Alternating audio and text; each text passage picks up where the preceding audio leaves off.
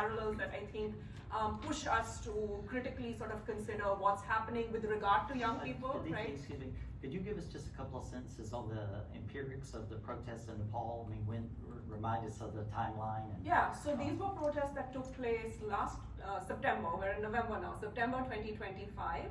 In Nepal, they were termed, much like in Kenya, Gen Z protests. What's important in this case is that in Nepal, actually, the government was toppled, right?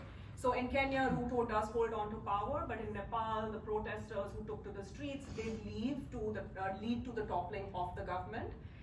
There is an interim government now in place, but a lot of, at least from a surface level view, the grievances that were driving people were not dissimilar to what we saw in Nepal, right? So young people not able to get stable employment, a growing sort of perception that the elites are doing well, right, but ordinary people are not. The use of digital technologies, particularly social media, to mobilize. But as I said, variations in outcomes, right? We see the fall of the regime in Nepal, Ruto holding on to power in Kenya. I think another thing that's important in the Nepali case that does have me thinking more about Kenya is Ruto had promised jobs not just internally, but also that he would find jobs for Kenyans outside Kenya, right? Yeah. And I don't think that that's actually something a lot of people want, right? Why should I have to leave my country to have the chance to put food on the table, right? And here I think Nepal offers us some important comparative lessons because the Nepali economy is highly dependent on remittances, right? There has been a long sort of tradition and a continuing wave of people who have to leave Nepal to make ends meet, to find jobs, right? And so I'm just going to read off my notes here.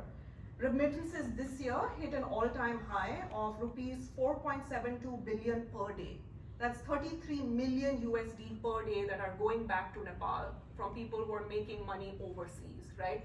But this is not an attractive prospect to young people who want to stay in Nepal, right? And who want to have the opportunity to build their lives and their families in the country.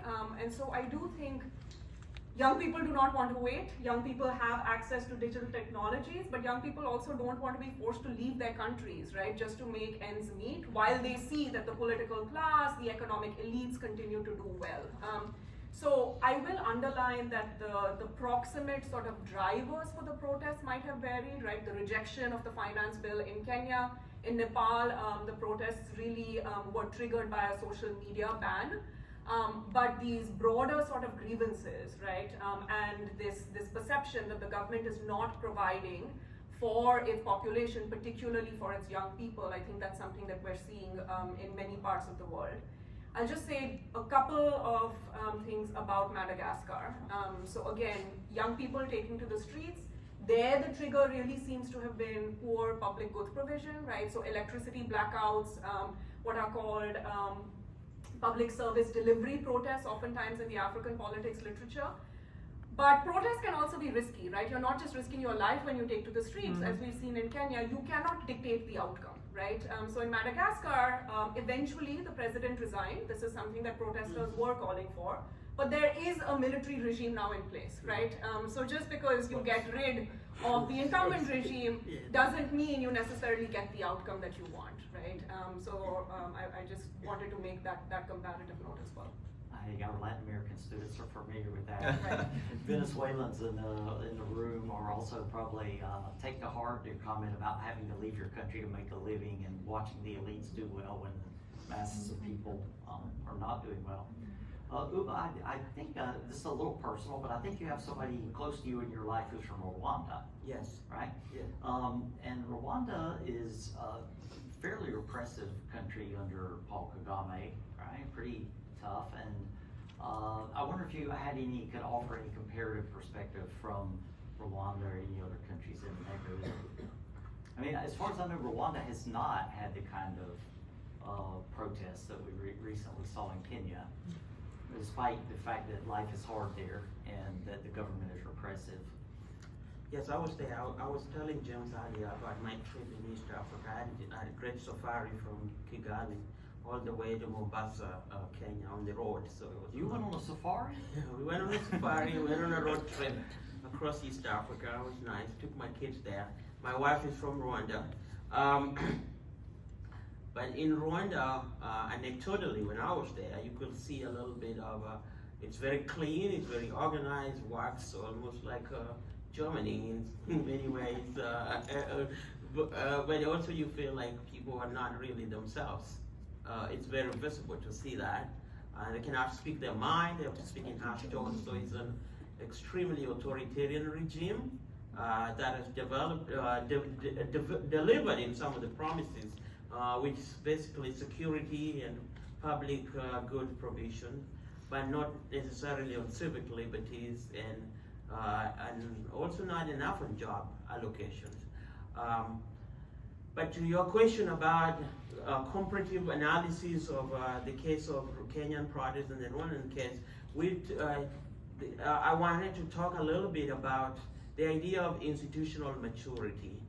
That democracies, whether mature or maturing, tend to create room for dissent and create room for people to have civic liberties that allow them to go to the street and challenge authorities through civil society organization or political parties or political competitions.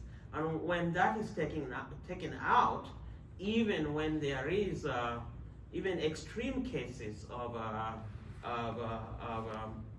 economic insecurity and public anxiety amongst young people, they are not necessarily going to get out and protest because they could be disappeared, or they could be sent to war in the Congo, or they could be, so it's a big risk to do in a fully authoritarian regime than it is in quasi-democratic space.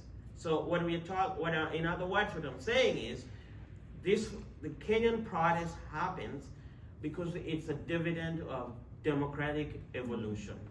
And we are not seeing those protests in Rwanda and Burundi, or we hadn't seen them in Tanzania for a long time, because institutionally they are not structured in a way that will allow people to come out. So when we see protests, we were talking earlier about this with Benta and our friend from Tanzania here, that when you see people coming out in the street to risk their life, even though institutionally they're not protected, then it means things have really gotten worse.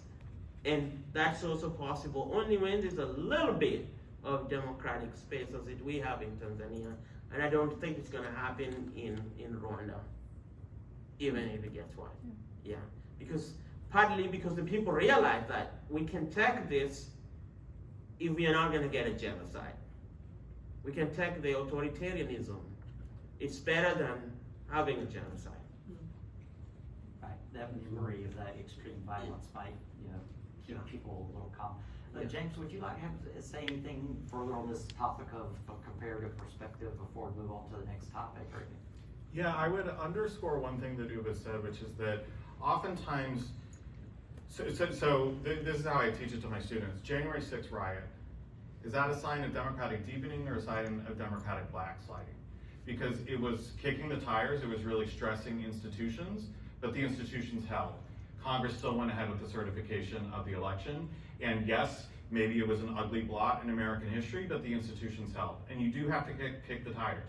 There are apparently, even in the United States, a lot of institutions that haven't been sort of pressed or were functioning and nobody really challenged those. To me, the Supreme Court's decision on presidential immunity is far more indicative of backsliding and potential backsliding than January 6th, because there, one branch of government is completely abasing themselves to the executive and telling them that they have a blank check to do whatever they want in office. And so to underscore what Uba said, oftentimes we see protests and then we see human rights violations and we think, that's a bad sign for democracy, or that's really bad that these people are being oppressed or something like that, or that they have these grievances to begin with. But there's another way to look at that, which is that they're out there because they think that it matters, that they do, unlike Rwanda, that they do have a space to make change. They've made significant change in Nepal and Madagascar. They've overthrown sitting governments. They are making, Ruto had a lot of concessions. Whether or not they will be enough to please the Gen Z, I'm not sure. But this is a way to sort of bargain for things, and I think we do want to look at given backsliding globally, we want to look at the importance of civil society and mass action for being a way to bargain outside of election periods, and that's very important. And I do think it's indicative of democratic deepening. Thank you, that's very good. We're seeing more, sorry to editorialize, but more and more stress tests every day, I think, Yes. in American institutions and some other institutions of democratic countries around the world, so I'm glad I called on you for that. Now, we have a class here, Dr. Zwingel's class, of students who are studying post-colonialism, and they might be wondering, like, what are these protests happening in 2025 and the government repression against those protests in 2025 have to do in Kenya, a country that's been independent since 1964? 63. 63. Yeah. Sorry. 64 is a republic, became a republic. Okay. Yeah. The British were very messy about how they decolonized. The French were, much more straightforward. So it's hard to remember all of the details. And two of our panelists here were born in post-colonial countries. By way My of country is post-colonial. Oh, the United States? Yeah. Oh, that's true. That's right. You're from Virginia. It was a Yeah. colony. That's right. We're all post-colonial in a way. I should have been thinking about it. Now that my daughter's a student at the College of William and Mary, that we're a post-colonial country also.